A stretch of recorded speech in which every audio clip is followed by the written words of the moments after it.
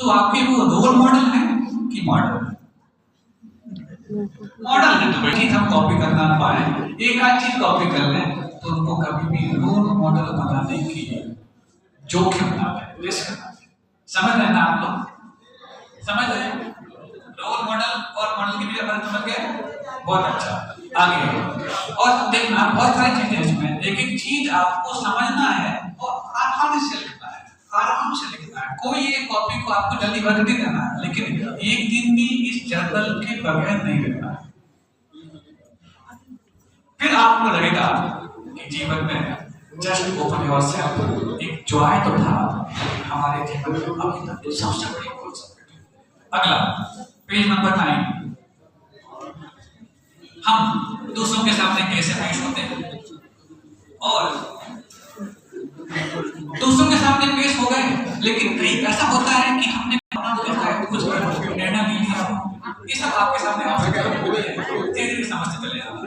और उसके बाद दुनिया में अनमोजी बहुत होते हैं और इमोजी भी बहुत होते हैं।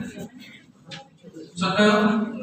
यहाँ बहुत सारे इमोजीज दिए हुए हैं, आप सबकी फीलिंग्स को यहाँ पर सामने रखा गया है, लेकिन ध्यान रखना ये एआई के द्वारा नहीं, आर्टिफिशियल इंटेलिजेंस के द्वारा नहीं, एआई एक्चुअल इंटेलिजेंस के द्वारा आपको अपनी अपनी वो चीज जो यहाँ पर है यहाँ पर लागू करना। अब देखो बहुत सारे स्कैनर्स होते हैं, सीटी स्कैन हो, एमआरआई हो, डी एक्सरे हो, बहुत सारी चीजें होती हैं। ये सब आपको बहुत कुछ स्कैन करते हैं, बहुत कुछ स्कैन करते हैं। कई बार स्कैनर में एरर भी आती है, लेकिन एरर आने के बाद कई बार आपकी रिपोर्ट बिल्कुल हूबहू भी बन जाती है, कई बार नहीं भी बन पाती है। लेकिन जब आप अपने आप को स्कैन कर रहे होते हैं, डी एक्सरे हो या ना हो, लेकिन हम अपने आप को टैब में जाके नहीं हम सर्च कर रहे होते हैं, तो जो रिपोर्ट आपकी बनती है वो आ रही है। इस रिपोर्ट को एक रिपोर्ट कार्ड के अकॉर्डिंग आपको तैयार करना है, और किसी को बताना नहीं है, स्वयं जस्टिफाई करना, सेल्फ अटेस्ट करना और सेल्फ अटेंड भी करना। आगे अच्छा ये बताएं, सबसे नीचे देखो पेज नंबर 11 है ना। ये सब करना क्यों जरूरी है? क्योंकि जब हम अपने जो फील कर रहे होते हैं उसका कारण समझ लेते हैं कि हम ऐसा जो फील कर रहे हैं वो क्यों कर रहे हैं, तो हम किसी पर रिएक्ट नहीं करते।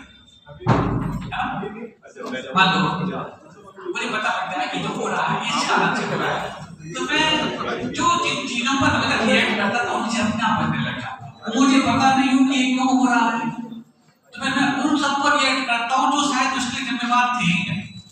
और हम अपने इमोशंस में ही ऐसे खो जाते हैं कि शायद फिर हम उससे बाहर निकलने की जब भी मेहनत करते हैं उससे बच नहीं पाते।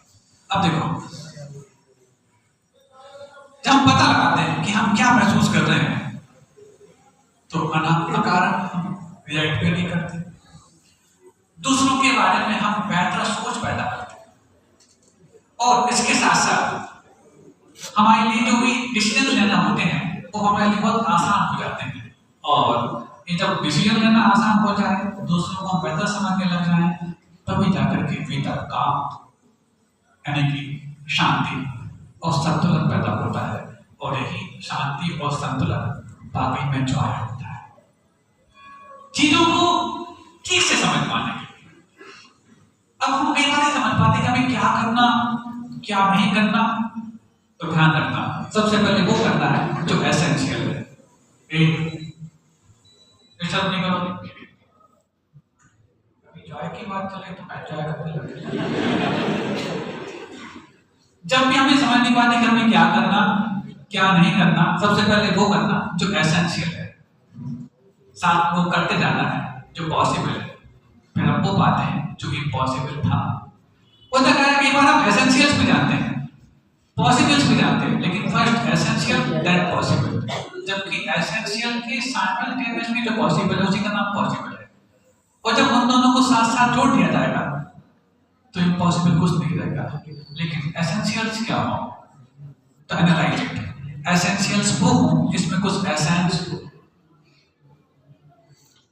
क्योंकि जो एसेंस फुल है वही एसेंशियल बने। और एसेंस तो तब जब उसके पहले कुछ सेंस हो, क्योंकि सेंस से हम एसेंस निकाल सकते हैं। वो सेंस तो तब आता है जब हमारे पास कॉमन सेंस हो। इस जर्नल में सिर्फ वर्ड्स हैं, सेंस नहीं।